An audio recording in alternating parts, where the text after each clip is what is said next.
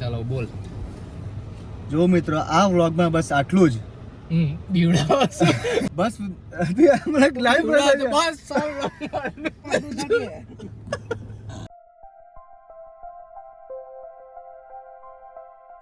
Hello મિત્રો, કેમ છો આપ? સૌનું સ્વાગત છે અમારી ચેનલ ફ્રેન્ડો વાયડીમાં. હું અને મારા ફ્રેન્ડો લઈને આવી ગયા છે તમારા માટે નવો વિડીયો.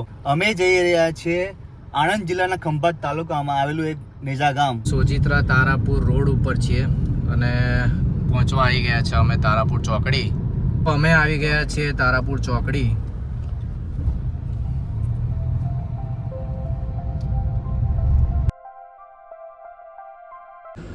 તો મિત્રો, હાલ અમે ઊભા છીએ તારાપુર ચોકડી ચા પીવા માટે અને અમે ચા પીને જઈશું ખંભાત.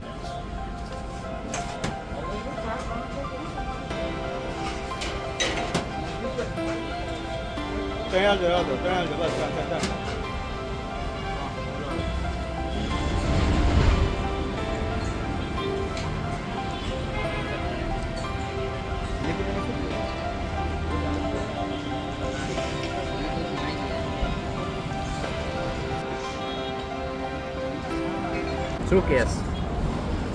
કઈ નહીં, બેઠા કેમ ચા નહીં પીતો? એસી રીતે જાય છે. સવારમાં ચા તો સારી. ના યાર, નહીં પીતો.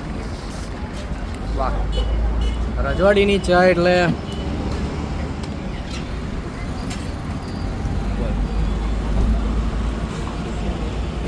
કઈ નહીં, આ બેઠો. કઈ જાવ છો તમે?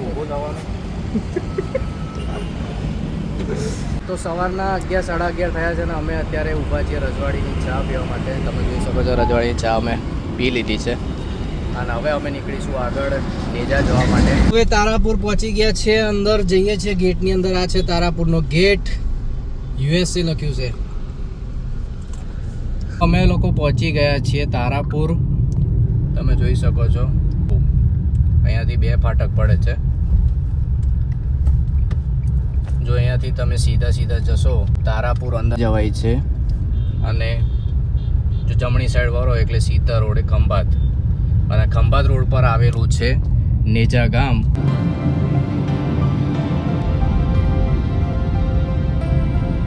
અમે તારાપુરથી નીકળી ગયા છે અને અત્યારે તારાપુર ખંભાત રોડ પર છીએ. તો અહીંથી લગભગ નેજા ગામ 10 કિલોમીટર જેવું બાકી છે. તો તમે અમારા વિડીયોમાં બન્યા રહો. ફાઇનલી મિત્રો, અમે આવી ગયા છે નેજા રોડ પર અને એના વ્યૂઝ જોઈને તમને એવું ફીલ થશે કે તમે કેરળ અથવા ગોવાના રોડ પર છો.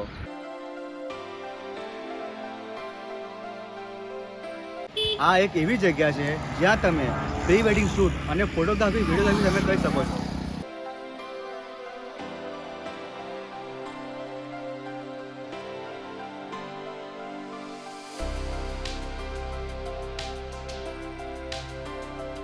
તો મિત્રો, તમને જે આજુબાજુ જોઈ શકો છો જે ઝાડ છે જે નારિયેળી જેવા દેખાય છે, પરંતુ તે નારિયેળીના ઝાડ નહીં પણ એ તાડના ઝાડ છે.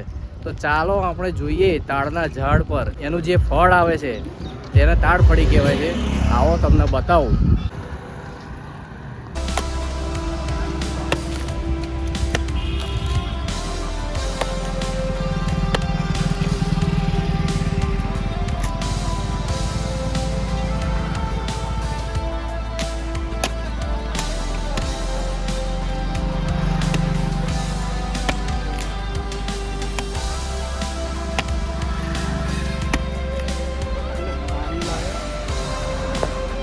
તો મિત્રો, આ છે તાડફળી, તમે જોઈ શકો છો.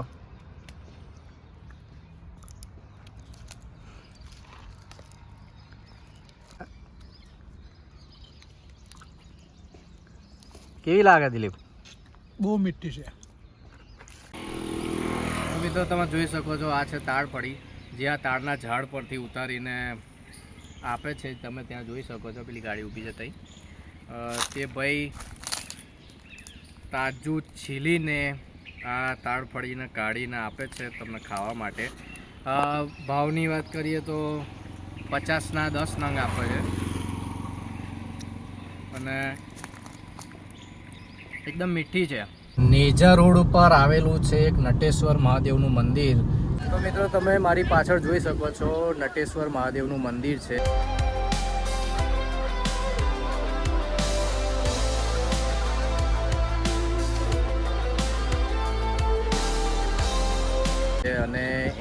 એક્ઝેક્ટ પાછળ આવેલું છે તળાવ છે, એનો તમે વ્યૂ જોઈ શકો છો.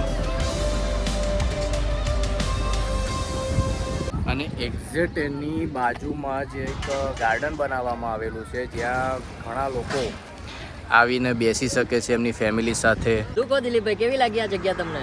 જગ્યા તો સ્થળ પર ઘણી સારી છે. જો તમારે ઓછા બજેટમાં અહીંયા આવવું હોય કેરલા અને ગોવાની મોજ માણવા તો આવી શકો છો. તો આ જગ્યા અમદાવાદથી કેટલા કિલોમીટર દૂર હશે?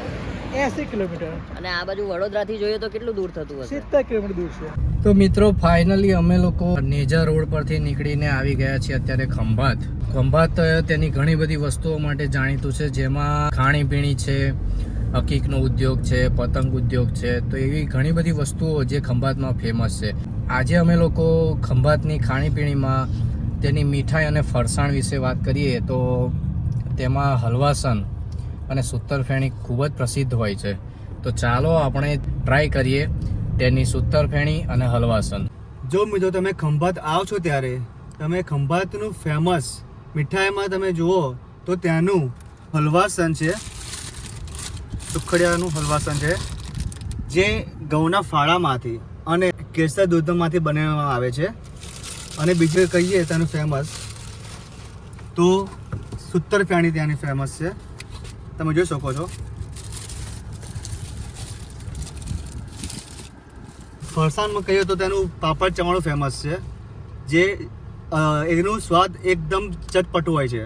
જ્યારે પણ ખંભાત આવો ત્યારે તમે ખંભાતનું મીઠાઈ અને ફરસાણ ખાવાનું ભૂલતા નહીં. તો મિત્રો આ વ્લોગમાં આટલું જ, અને હવે મળે નેક્સ્ટ વ્લોગમાં. તમને અમારો વિડીયો ગમ્યો હોય તો અમારા વ્લોગને લાઈક કરો અને શેર કરો. અને અમારી ફ્રેન્ડો ફેમિલીમાં જોડાવા માટે અમારી ચેનલને સબસ્ક્રાઈબ કરો. અને હા, પેલી ઘંટડી દબાવવાનું ભૂલતા નહીં, જેથી કરીને અમારો વિડીયો આવે તો તમને તરત જ ખબર પડે. અને હા, બે સપોર્ટ કરવાનું ભૂલતા નહીં. તો મિત્રો તમને નેજા ટુરિસ્ટ પ્લેસ તમને કેવું લાગ્યું એ તમે કોમેન્ટમાં અચૂકથી જણાવજો. Thanks for watching this video. હવે મળે નેક્સ્ટ વ્લોગમાં. જય હિન્દ, જય ભારત.